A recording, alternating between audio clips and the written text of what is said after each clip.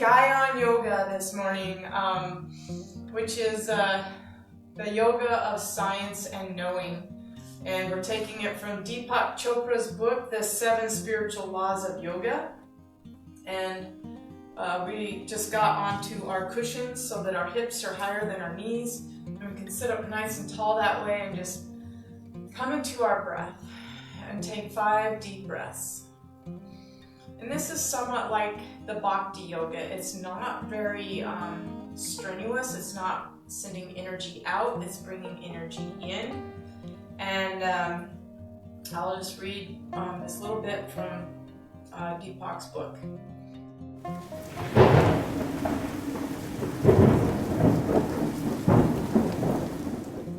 Traditionally, there are 4 forms of yoga: Gyan, Bhakti, Karma, and Raja. Gyan Yoga, which is spelled G-Y-A-N, in this book. I've seen it spelled totally different and pronounced a lot different. So I say, Gyan Yoga is the yoga of understanding.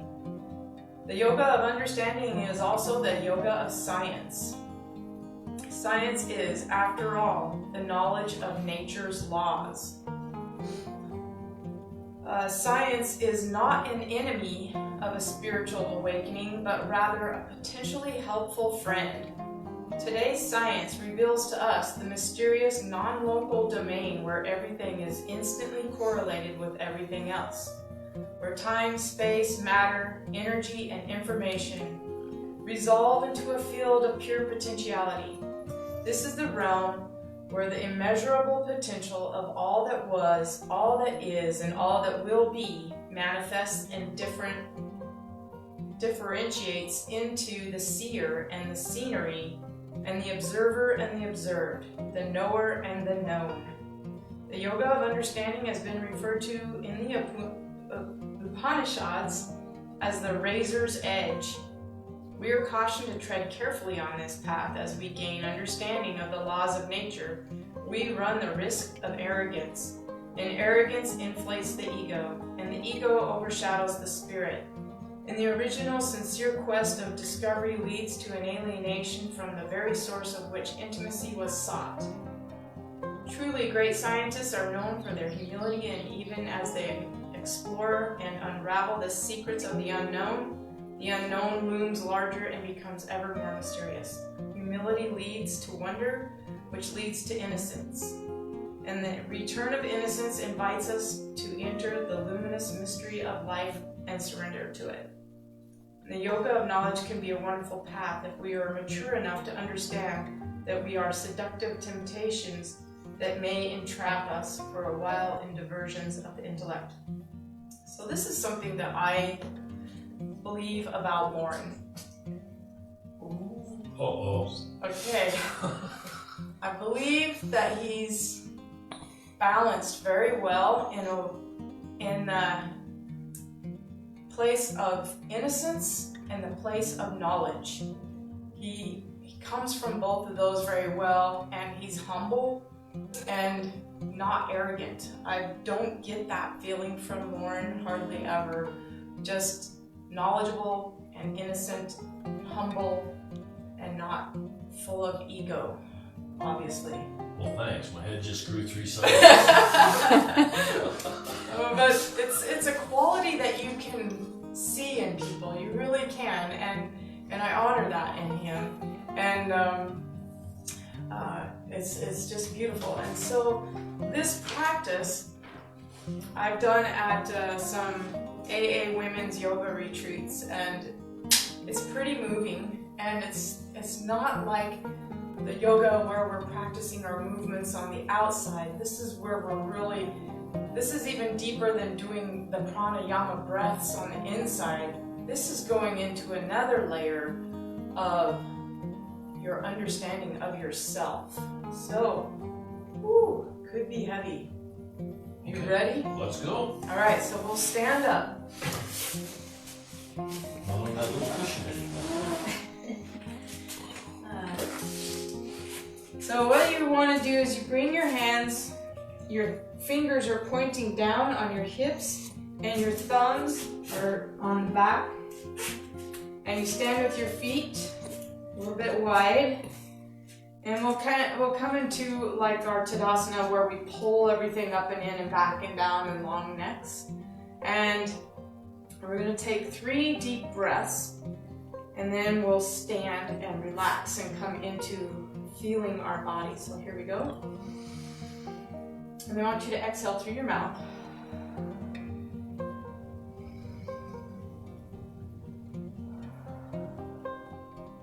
Last one. Now relax the hands down, relax your neck, bring your tummy in.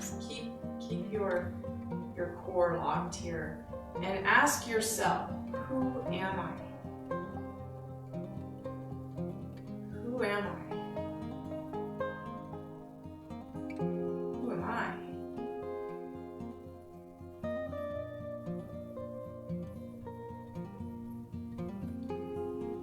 Who am I?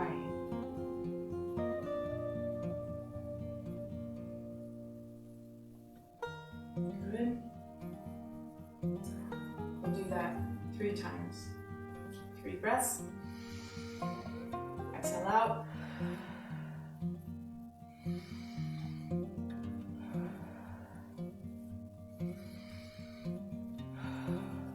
Relax your arms down and ask yourself, who am I? Now we could do this and this could last a whole hour, so we're going to skip to the next pose and the next question. You're supposed to do those 3 times each and stand for 2 minutes each in between, just asking yourself, who am I? And each one of these poses that same way. So it's kind of like a pose and a meditation at the same time. Right. Okay. Just got that ahead. All right, so we're going to bring our hands to our collarbones. And we're going to, and the darlings do it. So here we go. Inhale, open. Exhale, close. Inhale, open. Exhale, close. Last time. Good. Relax the arms down. And the question you're going to ask yourself now is, what do I want? And you stand here and ask yourself this question for 2 minutes. What do I want?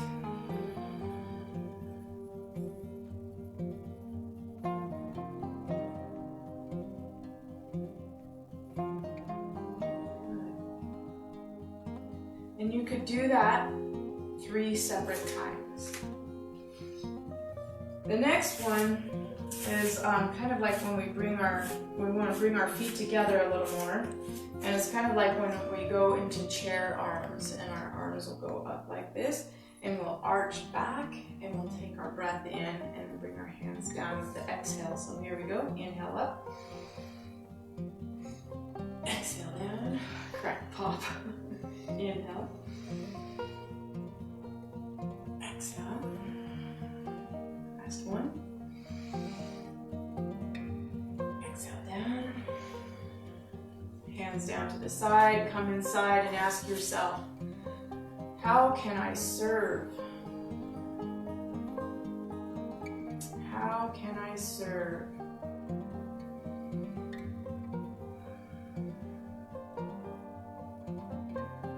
How can I serve?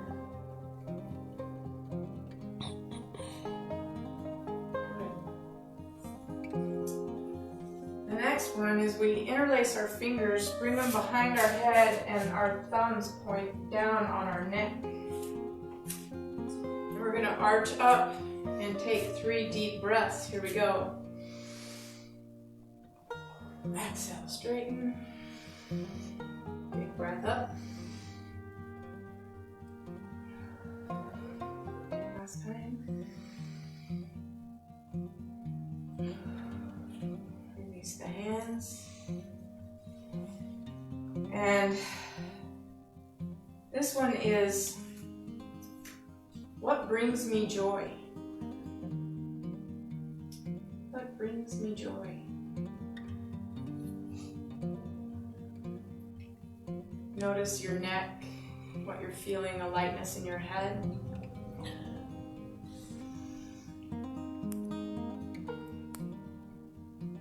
Good. You would do that 3 times, and each time with this pause in between asking that question.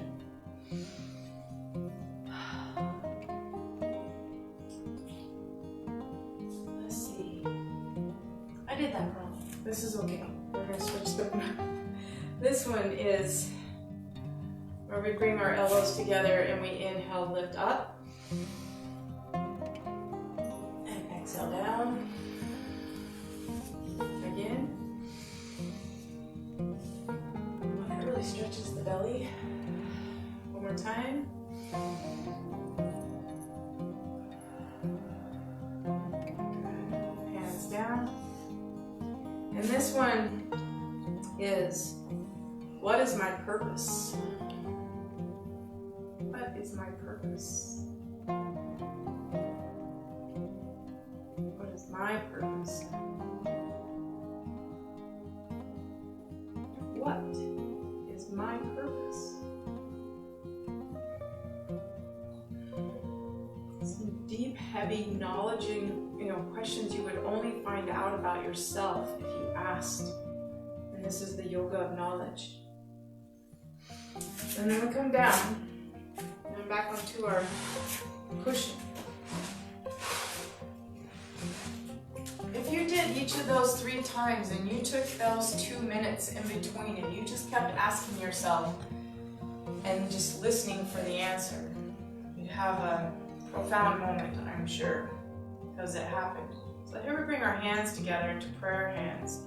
And we're going to inhale and then we exhale with our breath through our mouth and aiming it at our index fingers. So here we go.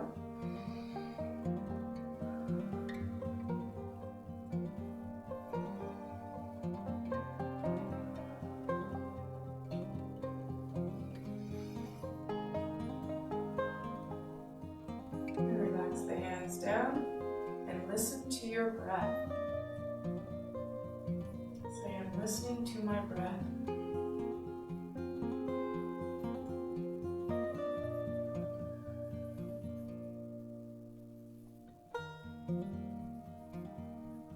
Many answers can be heard by listening to your breath. And we're going to do that 3 times. And the last one, we're going to make the Gyan symbol, the Gyan mudra, which is the wisdom mudra, and bring the right hand to the chest and the other hand here. Mudras are another circuit of energy where you're connecting your own energy and you're just being very purposeful about your hands, your placement, and connecting more of your thoughts to your body. Here we'll take 3 deep breaths. And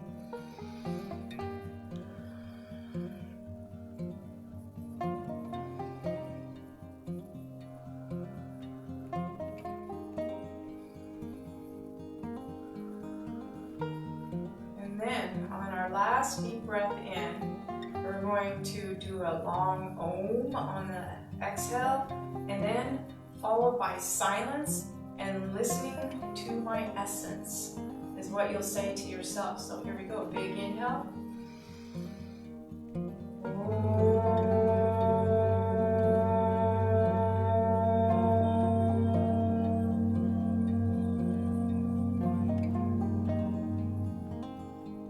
Listen to your essence.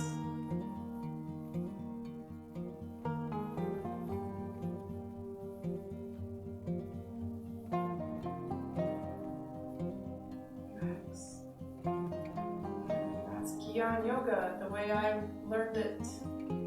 Okay, I got a question. All right. When you're doing your poses above and then thinking of who am I, what brings me joy, and those things, could you also do that, let's say, walking in the labyrinth?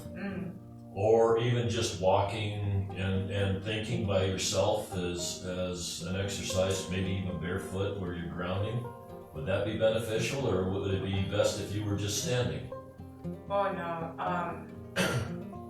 anytime you can ask yourself those questions and get out of your head and just listening to your heart and being purposeful about your walking, just a meditative walk, like I'm gonna go for a walk basically with God, or my inner self, or my higher power, whatever. If you're taking a meditative walk, a purposeful walk, and then the beauty of the labyrinth and the energy that is there that people can feel just standing on the outside of that labyrinth. And we just created that. You know, it wasn't placed by like Easter Island mystery stuff, you know? It was, we made it, and we made it with intention to be a spiritual place. And people can feel that. So if you set an intention to have a spiritual walk, and ask yourself these intense questions, and then listen. And the grounding, barefoot, really is. I know my kids make such big fun of me, like, oh mom, have you seen Frankie and Grace? You're one of them. I don't know which one it is. I think they're Frankie, but we were Oming. I was thinking of that. My kids are gonna like, mom's Oming on.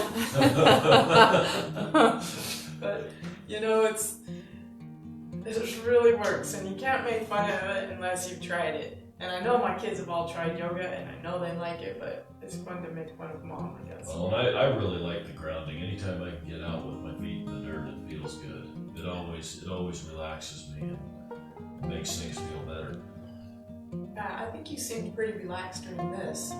Yeah. Yeah, like, because we come in here, we're all like, look at us count things every eating, and then it's just like, okay, ready, we're on. Hey, hi, everybody. It'd help if I was here another 10 minutes earlier, but I'm always sliding in, just barely making it. Yeah. But it's all good. That's what yoga does. It calms you down. It takes your daily stress and relaxes you and puts you into a state of being that is good. It is good. So, all right. Anyway. Thank you for trying Gyan Yoga, and this is just a really great book if you're interested in yoga, The 7 Spiritual Laws of Yoga. I love this book so much. Okay, we love you guys. We hope you have an awesome day, your Sabbath day, your holy day, and it's coming up Easter, and we honor all that, and I honor the divine in you. Namaste. Awesome day. Awesome day. I always forget that part. Thank you, friends. We love you.